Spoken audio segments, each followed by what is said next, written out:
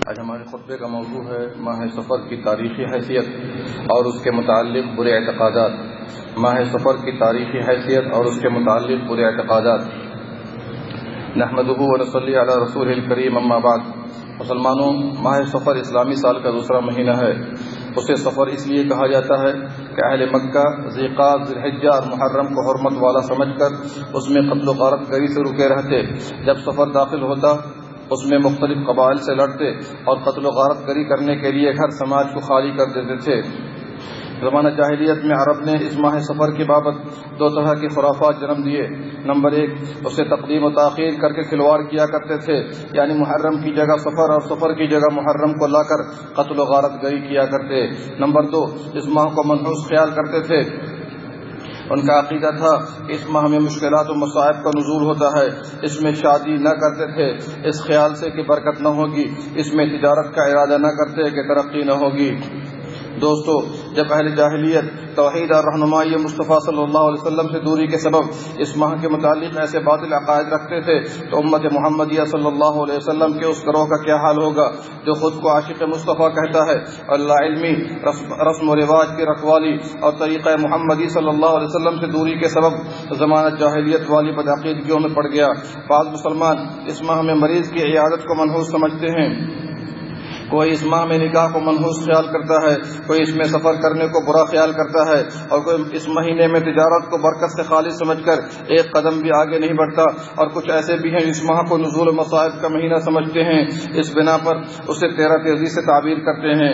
ایسی بدعقیدگیاں رکھنے والے محمد صلی اللہ علیہ وسلم کی شریعت، سنت اور ہدایت سے اکثر محروم ہیں۔ ان بدعقیدوں کی نحوست میں مزید اضافے کا باعث گھڑی ہوئی احادیث بن گئیں۔ ان میں سے ایک حدیث یہ بھی ہے، جو مجھے ماہ سفر ختم ہونے کی خوشخبری دے گا میں اسے جنت کی خوشخبری دوں گا۔ اسے علامہ شوکانی، اجلونی اور ملا علی قاری وغیرہ نے موضوع کہا ہے۔ اسی طرح ماہ سفر کا آخری بدھ منحوس دن ہے، علامہ البانی نے اسے من گھڑت کہا ہے۔ اس کے سوا ایسی ہی احادیث بہت ہیں۔ ان بے بنیاد جھوٹی احادیث نے لوگوں کی غلط فہمیاں مزید بڑھا دیں۔ لوگوں نے غلط عقائد، تصورات اور موہوم مصائب و بلا سے چھٹکارا پانے کے واسطے متعدد قسم کے حربے اپنائے۔ کسی نے چنے ابال کر خود کھایا اور پورے علاقے میں تقسیم کیا تاکہ اس ماہ کی پریشانی سے بچ جائے۔ کسی نے سورہ مزمل پڑھتے ہوئے آٹے کی 365 گولیاں بنا کر تالاب میں ڈالا تاکہ مصیبت اس کے سر سے ٹلے۔ کسی نے 30 مرتبہ سورہ اخلاص کا ورد کیا تاکہ اس ماہ میں نازل ہونے والے بلا سے نجات دلائے۔ یہ سب بدعات و خرافات اور توہمات ہیں۔ بعض کم فہموں نے سفر کا آخری بدھ، جو ان کی نظر میں سال کا سب سے برا اور مصائب والا دن ہے، ایک راہ متعین کی ہے کہ آدمی اس دن 4 رکعت ادا کرے اور اپنی نماز کا اختتام اس دعا کے ذریعے کرے، جس کا ترجمہ یہ ہے: اے اللہ، اس دن اور اس میں اترنے والی مصیبتوں سے حفاظت فرما۔ اے تمام کاموں میں کافی ہونے اور مصائب دور کرنے والے، سارے مسلمان یاد رکھیں یہ عقائد، یہ نماز و دعا اور یہ عمل جو اس دن اور اس ماہ میں مخصوص طور پر بجا لائے جاتے ہیں، سب بدعات و خرافات ہیں۔ اس کا شریعت مطہرہ، قرآن و سنت اور سلف صالحین کے عمل سے کوئی واسطہ نہیں۔ آپ صلی اللہ علیہ وسلم نے فرمایا، جو کوئی عمل کرے وہ ہمارے طریقے کے مطابق نہیں تو وہ مردود ہے۔ رواہ مسلم۔ بھائیو، نحوست کسی مہینہ اور کسی وقت میں نہیں بلکہ نحوست شرک و بدعت، بدعمالی اور دین سے دوری میں ہے۔ فرمان الہی ہے: فما اصابکم من مصیبت فبما کسبت ایدیکم ویعفو عن کثیر۔ جو مصیبت تمہیں پہنچتی ہے وہ تمہارے ہاتھوں کی کمائی ہے۔ سورہ شورى آیت نمبر 30۔ ہر وہ وقت جس میں بندہ مومن اطاعت الہی میں مصروف ہے وہ مبارک ہے، اور جس میں معصیت الہی میں لگا ہے وہ منحوس ہے۔ دوستو، بدفعلی و بدگمانی لینے کو اسلام سختی سے باطل قرار دیتا ہے، اس لیے کہ اس میں رب کریم کے ساتھ برا گمان اور اعتقاد باطل ہے۔ آپ صلی اللہ علیہ وسلم کا ارشاد گرامی ہے: بدشگونی لینا شرک ہے، بدشگونی لینا شرک ہے۔ رواہ ابو داؤد۔ آپ صلی اللہ علیہ وسلم نے فرمایا، بغیر حکم الہی کے کسی کی بیماری دوسرے کو تجاوز نہیں کرتی۔ بدشگونی کی کوئی حقیقت نہیں، الو کے بولنے کی کوئی حقیقت نہیں، اور نہ ہی ماہ سفر کے متعلق بدگمانیوں کی کوئی حیثیت ہے۔ رواہ البخاری۔ آج کے دور میں بھی زمانہ جاہلیت کی بہت ساری بدکاری پائی جاتی ہے، جیسے کوا چھت یا صحن پر بیٹھا تو لوگ کہتے کوئی مہمان آئے گا۔ اسی طرح کسی سواری پر سوار ہو کر آدمی جا رہا ہو اور بلی یا کوئی جانور اس کے راستے سے گزر جائے تو بدعقیدہ مسلمان آج بھی اسے منحوس سمجھتا اور رک کر غور و فکر کرتا ہے کہ جاؤں یا نہ جاؤں، اور بسا اوقات آگے جانے کو گوارا نہیں کرتا۔ اپنا کام معطل کر دیتا ہے۔ اسی طرح اگر دکان میں کوئی صبح سویرے سامان ادھار لینے آ گیا تو صاحب دکان کہتا ہے کہ صبح سویرے تم ادھار لینے آ گئے، پورے دن دکان کی حالت اچھی نہ ہوگی۔ اگر اس دن بتقدیر الہی کسٹمر کم آئے پھر وہ شخص اس بدعقیدگی کے تحت دوبارہ کسی آدمی کو صبح سویرے ادھار دینے پر آمادہ نہ ہوگا۔ یہ سب بدشگونی ہے۔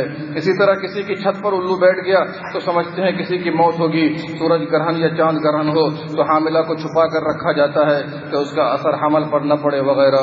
بعض لوگ ماہ سفر کے آخری چہارشنبہ میں چھٹی لے کر دکان کاروبار بند کر دیتے ہیں اور عید کی طرح خوشیاں مناتے اور سیر و تفریح کے لیے باہر جاتے ہیں۔ اس کی وجہ یہ بتاتے ہیں کہ پیارے نبی صلی اللہ علیہ وسلم اس ماہ کی آخری بدھ میں بیماری سے صحت یاب ہوئے اور سیر و تفریح کے لیے باہر تشریف لے گئے۔ یہ ان لوگوں کے من گھڑت اور بے بنیاد تخیل ہیں۔ تاریخ میں اس کا ثبوت نہ پایا جاتا ہے اور نہ ہی حدیث میں، بلکہ تاریخ و حدیث میں اس کے خلاف ثبوت فراہم ہے کہ سفر کے آخری بدھ کو آپ صلی اللہ علیہ وسلم بیمار ہوئے اور ربیع الاول کی 12 تاریخ کو باری تعالیٰ سے جا ملے۔ تو جس دن رسول اکرم صلی اللہ علیہ وسلم بیمار ہوئے عین اسی دن نام نہاد مسلمان خوشیاں منائیں، قسم قسم کے میوے اور مٹھائیاں کھائیں اور پھر دعویٰ کریں کہ ہم مسلمان اور عاشق رسول ہیں۔ ذرا گریبان میں جھانک کر سوچیے اور بتائیے کہ ہمارے نبی جس دن بیمار پڑے اسی دن لوگ خوشیاں منائیں، یا ان سے دشمنی کی علامت ہے یا محبت کی؟ اس میں شک نہیں کہ ماہ سفر کے اندر عہد رسالت میں آپ صلی اللہ علیہ وسلم میں بہت سی فتوحات اور اچھے واقعات رونما ہوئے، جس سے واضح ہوتا ہے کہ اس ماہ کا شر و آفت اور منحوسیت سے کوئی تعلق نہیں۔ جیسے نبی صلی اللہ علیہ وسلم کا اس ماہ میں اول غزوہ لڑنا جسے غزوہ ابوا کہا جاتا ہے، اسی ماہ میں رسول اکرم صلی اللہ علیہ وسلم کے ہاتھوں خیبر کا فتح ہونا، اسی میں عمرو بن العاص، خالد بن ولید، عثمان بن طلحہ رضی اللہ عنہم کا مشرف اسلام ہونا، آپ صلی اللہ علیہ وسلم کا ہجرت مدینہ کے لیے مکے سے اسی ماہ میں روانہ ہونا، ماہ سفر ہی میں آپ صلی اللہ علیہ وسلم کا نکاح خدیجہ رضی اللہ عنہا سے ہوا اور خاتون جنت فاطمہ رضی اللہ عنہا کا نکاح علی مرتضی رضی اللہ عنہ سے ہوا، انو سے ہوا، اسی ماہ میں غزوہ روم کا وجود میں آنا وغیرہ وغیرہ۔ یہ سارے واقعات ماہ سفر میں رونما ہوئے۔ بندگان الہی، بعض عوام یہاں تک کہ بعض اہل علم نے لوگوں کا اس ماہ میں بدگمانی کرنا دیکھا تو کہنا شروع کر دیا کہ ماہ سفر خیر کا مہینہ ہے۔ تو یاد رہے کہ ایسا کہنا بدعت کا دفاع بدعت کے قبیل سے ہے، اس لیے کہ یہ مہینہ نہ تو خیر کا مہینہ ہے اور نہ ہی شر کا، بلکہ عام مہینے کی طرح ہے۔ اس لیے بعض سلف نے اس آدمی پر لکیر کیا جبکہ الو کی آواز سن کر کہا خیر ہوگا انشاءاللہ، در حقیقت اس سے خیر یا شر نہ کہا جائے بلکہ عام پرندوں کی طرح الو بھی آواز نکالتا ہے۔ اللہ ہم سب کو عقیدہ صحیح عطا کرے، نبی اکرم صلی اللہ علیہ وسلم اور صحابہ کرام سے سچی محبت کرنے کی توفیق دے، صراط مستقیم پر گامزن فرمائے اور خاتمہ بالخیر کرے، آمین یا رب العالمین۔ اللہم صلی علی نبینا محمد وعلی آلہ وصحبہ اجمعین۔